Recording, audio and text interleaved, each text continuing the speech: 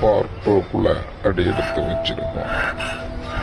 அந்த பொண்ணை எப்படி நம்ம நிம்மதியான தூக்கத்துக்கு அழைத்து செல்கிறோம்.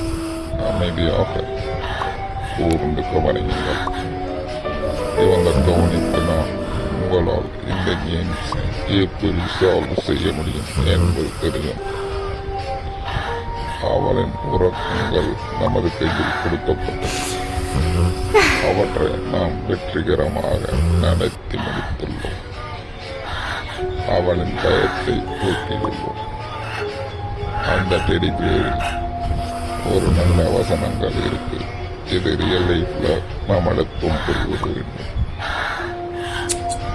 ஆவிகளை கண்டு நாம் அஞ்ச தேவையில்லை.